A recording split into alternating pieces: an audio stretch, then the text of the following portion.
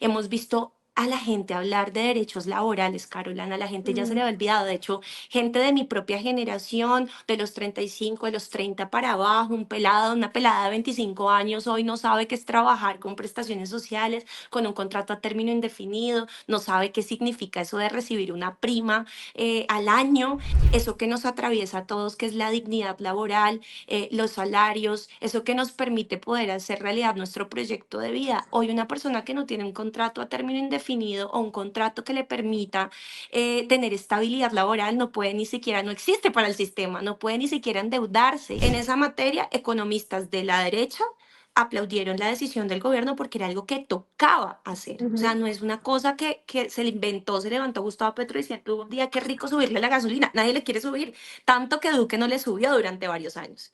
Lo mismo el salario mínimo, una persona asalariada que gana un salario mínimo no lo usa para ir a, no sé, a invertir Sí. en la bolsa, a invertir en, no sé, abrirse un CDT para guardar la platica a ver si le rinde algo. Eso lo hacemos otras personas que tenemos la posibilidad, el privilegio de tener muchísimos más salarios mínimos en el bolsillo cada mes. Claro, pero es que eso que estás planteando fue como la disyuntiva de la entrevista hoy, fue hoy en la W, Ujú. que básicamente lo que están diciendo es que ese incremento, por ser tan alto, ¿no? Como que es demasiado alto ese incremento, es mucho salario mínimo, lo que va a hacer a la larga es contribuir a que empiece a crecer la informalidad. Porque lo que explicaban o lo que explican, porque eso he estado todo el día hoy en X, es que como los empresarios no van a poder pagar ese aumento, más las prestaciones, más las otras cosas que son lo normal que deberían pagar, digamos, lo que van a empezar a hacer es a informalizar más las contrataciones. La gente no va a estar contratada con las prestaciones y demás. ¿Cómo, cómo desmontar eso de una manera súper clara? Porque como lo dicen ellos, tiene sentido. Si Sí. soy un empresario que no puede pagar eso, pues voy a dejar de tener contratos formales y lo que voy a empezar a hacer es a informalizar.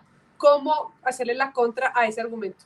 Claro, como lo dicen, tienen sentido y esto lo uno, como la pregunta anterior también que me decías, cómo hacemos frente a, yo creo que es con espacios como este, yo siempre te lo he dicho, yo por eso admiro tanto espacios como La Píldora, admiro muchos espacios en la televisión pública, hoy lo que se está haciendo desde Red TVC también es de aplaudir cómo se está recuperando los medios públicos para la información no digamos, que responde a intereses privados, de carácter privado, sino de carácter público justamente, que hace contrapeso a las narrativas privadas de estos medios de comunicación que al final tienen detrás intereses que no le cuentan a sus espectadores, a sus lectores, a sus televidentes, entre otros. Entonces yo creo que se constituyen los medios públicos y las personas, tanto opinadores como periodistas, y como medios alternativos en justamente eso, una alternativa de información y de comunicación que hace contrapeso y en los cuales nos tenemos nosotros que apoyar.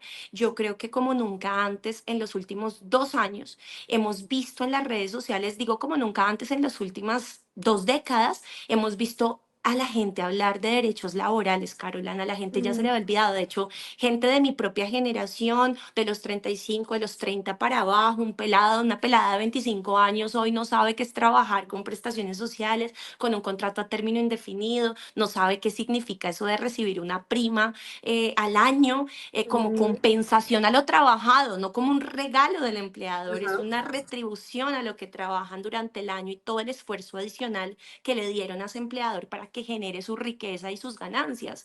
Entonces, yo creo que volver a hablar de derechos laborales es el mejor regalo que este gobierno, el primer gobierno progresista, le pudo dejar hasta lo que va a este país, que volviéramos a sentir y hablar desde lo más profundo, eso que nos atraviesa a todos, que es la dignidad laboral, los salarios, eso que nos permite poder hacer realidad nuestro proyecto de vida. Hoy una persona que no tiene un contrato a término indefinido o un contrato que le permita tener estabilidad laboral, no puede ni siquiera, no existe para el sistema, no puede ni siquiera endeudarse. Y esas son las personas que están a manos, a mansalva mejor, de los gota a gota que ponen en peligro la seguridad propia, la vida propia y la de sus familias. Entonces, Estos son unas problemáticas que van mucho más allá, que no se pueden ver de manera aislada a esos empresarios que dicen de una manera, digámoslo, y que para muchos puede parecer que sí, es que nos van a mandar a la informalidad. Lo que yo les digo es, en los últimos 20 años, 30 años, ustedes pueden ver el récord de la informalidad y siempre ha sido sostenida. No ha variado drásticamente en los últimos años, con los salarios mínimos que nos han propuesto en los últimos 20 años, Sigue que han igual sido la los información. mismos. Sigue igual. Y nosotros llevamos apenas gobernando 2 años y medio. Y los últimos dos salarios concertados, ¿sí? Que fueron históricos, alzas Ujú. históricas, demostraron que sí reactivaban la economía, que la gente podía empezar a comprar. La canasta familiar cayó de una manera que se puede, o sea, se puede verificar. La inflación ha ido descendiendo de manera sostenida y Ujú. la economía sí ha estado creciendo. ¿Y sabes qué es lo mejor, Carolán? Que en definitiva lo más importante no es si la economía crece mucho o poco. En la época de Álvaro Uribe Vélez, no sé si te acuerdas que en un año creció 7% y eso se llenaba en la boca diciendo que la inversión extranjera, que mire cómo somos de buenos y cómo crece, pero crece para quién. Lo Ujú. importante es que la riqueza, y si crecemos, crezcamos 2, crezcamos 3 o crezcamos 7 como Producto Interno Bruto, Se esa pueda riqueza consumir se adentro. claro, y se redistribuya. ¿Cómo se redistribuye para que todos y todas veamos los beneficios de esa economía boyante, o que creció, o que así no Lo sea que se boyante, mantiene, creció digamos. algo? Exacto, o que se mantiene porque deberíamos estar peor, pero aquí se han tomado buenas decisiones macroeconómicas y nadie puede decir lo contrario, irresponsables, y las cifras nos respaldan. Entonces, ¿cómo se redistribuye la riqueza? A través de los salarios, no hay otra manera. Las mayorías sociales de este país son trabajadores y trabajadoras en la informalidad o en la formalidad, pero Digamos no que son la empresarios. contra o el contraargumento, digamos, a esto de que se va a ampliar la informalidad es si más gente tiene más dinero, va a tener más posibilidad de gastar y la economía se va a mantener activa. Por supuesto. Este es formal y Usted, este es porque informal. cuando uno ve un escenario crítico, escenario al que nunca llegamos, como nos dijeron, nos vamos a volver como Venezuela, va a haber Sí, una no. recesión. La recesión nunca se materializó, nunca se materializó. Estamos en un momento interesante para varios sectores de la economía que son intensivos en mano de obra y que han creado del año pasado a este por lo menos 311.000 puestos de trabajo, que son agricultura, construcción, turismo, manufacturas y servicios que se están fortaleciendo en este preciso momento. Viene, digamos, los que más se han estado fortaleciendo son agricultura y construcción. Entonces, ¿qué crea? Crean puestos de trabajo. A lo que me refiero es que acá no solamente vamos a descubrir el agua tibia aumentando el salario mínimo y ya, no, eso tampoco es real, ¿sí? Ujú. Lo que vamos a hacer es, si la gente tiene más plata en el bolsillo, esto es un círculo virtuoso donde sale, compra, paga el pasaje, del transporte, compra la leche en la esquina, le compra al panadero, consume Lo básico, el internamente. consumo básico, no es consumo El de consumo lujo, el básico, básico. sí. No es, Tener no es buen como el consumo consumo, básico. ahí sí que pena con mis colegas y todo lo que quieran, pero el consumo de muchos de nosotros, o vamos a incluir para que después no digan que es que yo, que no sé qué, pero el consumo o el aumento en el salario se lo gastan es viajando a Miami, viajando fuera del país, Ujú. comprándose un lujito o invirtiendo en lo que te decían, un CDT, guardando la plata en un CDT, rindiendo acá, comprando dólares. Esa es la realidad. Y eso Ujú. que nosotros, bueno, hay gente, ¿no? Que Hay vive otra de la escala ahí renta. también. Sí, Pero que vive todo de la esto que renta. estás diciendo sucede en un momento bien extraño. Digamos que el último mes fue como, wow, se ha hablado de una mejora en el funcionamiento de la economía, o un sostenimiento al menos.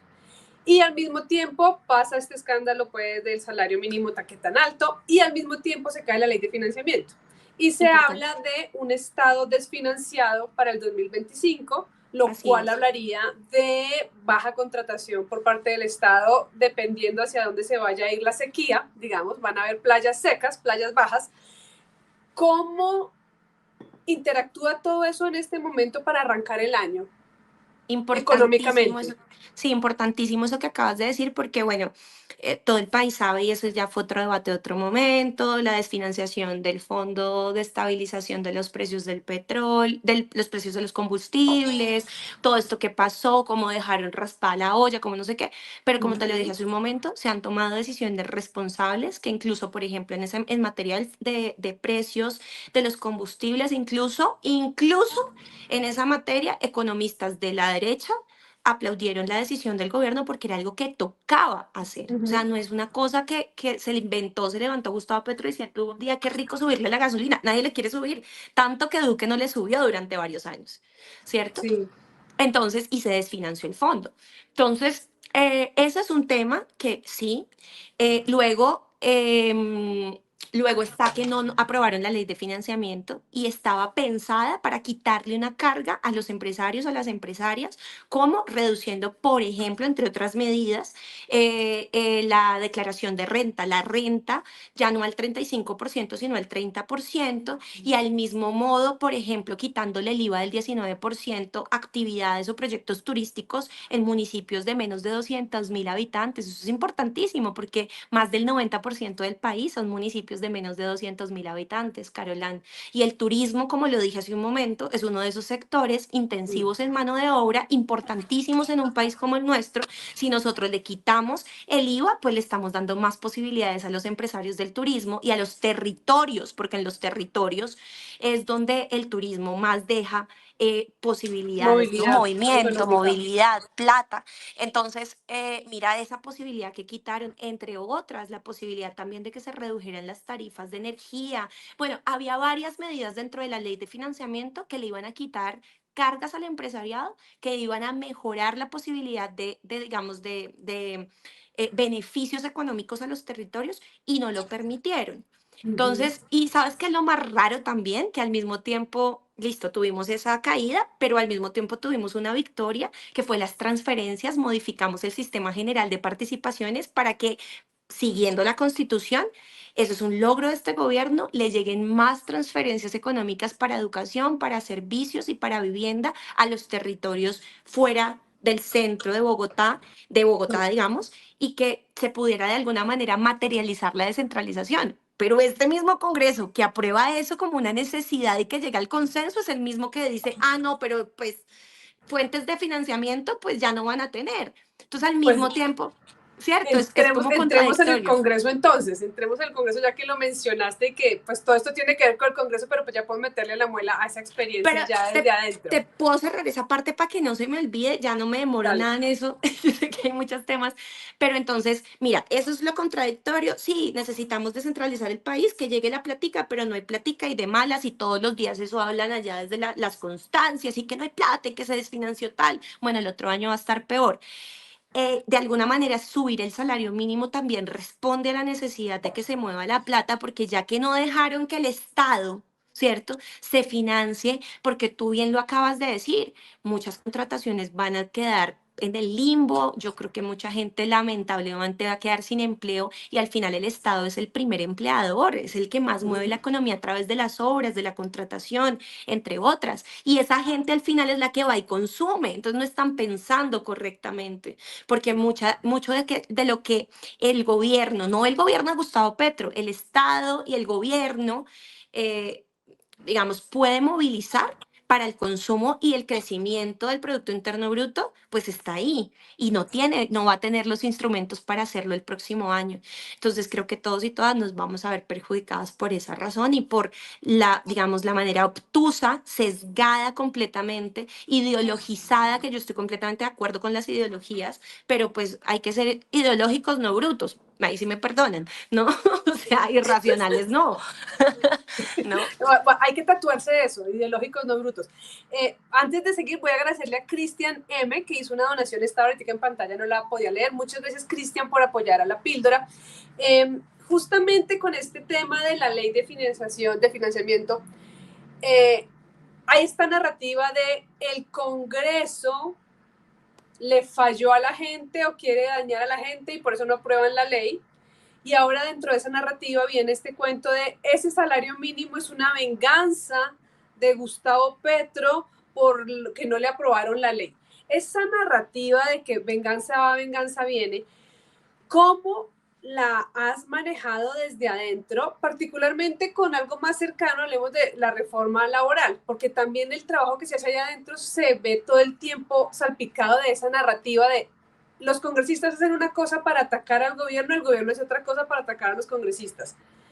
¿Cómo manejas eso? Porque yo te veo todo el tiempo en redes saliendo a desmentir cosas. Eso Y a es, veces es complejo. claro, Ha sido no. complejo porque te voy a ser muy sincera. Y es que ha sido complejo en los últimos 2 años porque como coordinadora de la reforma laboral, coordinadora del equipo de ponentes, estaba en una situación también muy compleja. Había cosas que yo podía salir a decir, pero otras no, porque la realidad es que no solamente aquí es el ojo por ojo y que cada vez esto está más difícil, más complejo, sino que es que el chantaje es muy fuerte. Sí, sí, te soy muy sincera. En muchas oportunidades me sentía maniatada para proteger la reforma, en muchas oportunidades me sentía boqui censurada para poder proteger el corazón de la reforma y muchos acuerdos que se han hecho desde la Cámara y esa es la realidad en el Congreso, esa sí es la O sea, realidad todo el así es tiempo. como es el Congreso. Eso es lo que hay. Lastimos, sí, No es porque lastimosamente sea el sí. de este gobierno, sino en general así funciona el Congreso. Así se hace en general, pero pero obviamente así como estamos cercados en los medios, en el Congreso cada vez más, ¿no? Entonces, a mí me da mucha pena, pero no es que el gobierno vaya ya a ofrecer cosas, es que los congresistas y la dinámica en el Congreso está acostumbrada a eso. ¿Sí? A Ujú. pedir, a pedir, a pedir, a pedir, a pedir. Entiendo que tengamos que hacer gestiones y en esto también defiendo a los congresistas, defiendo a mis colegas y me defiendo a mí misma en el sentido de los tres poderes públicos, digamos, constitucionalmente tenemos que trabajar de manera armoniosa para que las cosas se puedan dar en pro de los derechos y del Estado social de derecho y demás, y tenemos que hacer gestiones. Muchas veces a nosotros nos dicen, pero ¿por qué están los funcionarios? Ahorita recientemente la reforma a la salud, ¿qué hace la ministra del Transporte? ¿Qué hace? Pues trabajando y gestionando porque tenemos que reunirnos y nosotros no podemos salirnos y no estar, sobre todo si somos la bancada del gobierno o la que sea, en un debate tan importante nadie quiere quedarse por fuera, si sea para desarmar el quórum, para hablar o para no hablar o para lo que sea. Entonces, tenemos que gestionar y terminando el año era importante que muchos funcionarios se fueran hasta allá. Yo me salí corriendo en medio de debate de reforma a la salud a la Secretaría de Gobierno para poder tener una reunión con la comunidad de Potosí en Ciudad Bolívar y el secretario de Gobierno que yo Ujú. estaba empujando allá un montón por el tema del transmicable en Ciudad Bolívar. Entonces, nosotros tenemos muchas más funciones que solamente estar sentados ahí y hay muchas cosas que se tienen que gestionar para los territorios. Pero también en esa medida, también hay un poco de chantaje y de utilización de esa herramienta y de esa necesidad para poder obtener lo que se quiere. Entonces, obviamente que ahí hay un tema que manejar, pero básicamente es el sistema de pesos y contrapesos y cada quien tiene su estrategia para lograr de un lado o del otro sus objetivos. Entonces, es complejo, es Es complejo. muy complejo y quería preguntarte así como lo más objetivamente posible. ¿Tú has Ay, visto, lo viste. tú has visto que haya existido, pues yo desde afuera lo siento así, pero también creo que nunca he estado tan pendiente del Congreso en mi vida. Creo que también este es un Congreso que ha tenido muchos más ojos encima que el de otros Muchas gobiernos por más. parte y parte, Y porque hay pero gente siento que, o muy sea, de no sé, opinión.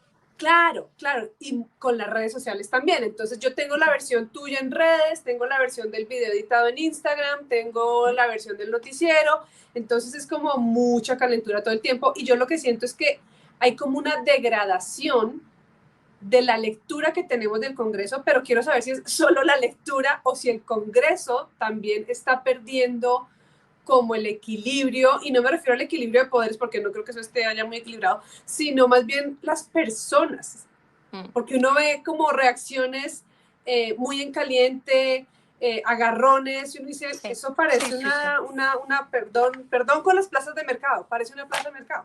sí, sí, sí. No, sí, estoy completamente de acuerdo. Mira, esto que es como que todo tiene que ver y no, porque yo sé que siempre se ha manejado en esto que voy a decir en el Congreso, pero no lo quiero dejar por fuera. Es el tema del lobismo. y de los gremios Ujú. empresariales. Y yo lo denuncié varias veces durante la reforma laboral, porque justamente en ese desorden nosotros tenemos asesores, esos asesores van, sobre todo si eres coordinador, si eres ponente, si eres están ahí contigo, no sé qué. Entonces hay mucha gente en la sala. La gente del gobierno también, además, es lo natural, por lo que acabo de decir, la colaboración armoniosa, pero además una reforma a la salud, por ejemplo, una reforma laboral que presenta el gobierno, pues tienen todo el derecho a ir a defender, a ver cómo van sus votos. Así se hace. Esa es la Ujú. democracia. Así nos quieran pintar que no, y los de la oposición y las tales independientes que son una oposición no declarada, más bien solapada, pues dicen, ¿qué hacen los ministros? Pues defender sus reformas, que los ministros son los, digamos, los nombrados, ni siquiera son elegidos por voto popular, son la representación del presidente, o sea, es un cargo político y que tienen que ir a defender las reformas de ese gobierno que representan. ¿Cierto? No con voto popular, pero sí por un encargo del presidente de la República. Pero se quejan de eso, pero no se quejan de los lobistas. El lobby no está regulado en Colombia. Yo sí creo que cada quien tiene el derecho a representar. Yo represento a los trabajadores y trabajadoras, a las mujeres, cada quien representa como sus agendas y habrá quienes representan también las agendas de gremios y de empresarios y esto está ok. Eso De digamos hecho, que ahí tiene hay, sentido, eso es claro, legítimo.